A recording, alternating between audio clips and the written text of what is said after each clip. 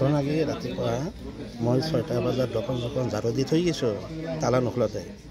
তাৰপাছত দোকান ঝাৰু চাৰু দি গা পা ধুই দোকান খুলিব আহি বেগ লৈ আহিলোঁ আহি বেগ ইয়াতে ৰাখি দিলোঁ চেয়াৰত চাওঁ যে ইয়াতে লেট্ৰি তাৰপাছত ইতিমধ্যে চুইপাৰ গাড়ীখন আহি পাইছে মই লগৰ বন্ধুজন ক'লোঁ তুমি মোনাখন চাবা মই বাল্টিটো লৈ থ'ব লাগিব আহি চাওঁ যে মোনাখন নাই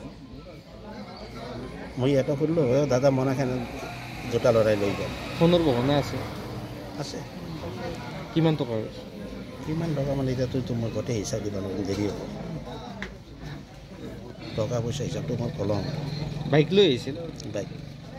বাইকখন দেখিছে আপুনি মই দেখা নাই বেলেগে দেখা পাইছে না কি বাইক এফজেড বুলি কৈছে নেকি প্ৰশাসনে তদন্ত কৰি প্ৰশাসনে পূৰা মাত্ৰাই তদাৰক কৰি আছে CCTV ফুটেজত কিবা অনুসন্ধান পাইছে নেকি কিবা সাধাৰণ পাইছে এতিয়া চাওঁ গোটেইখিনি মোক পোৱা নাই আপুনি কি আহ্বান জনাব আৰু এনেকুৱাকৈ আহ্বান মানে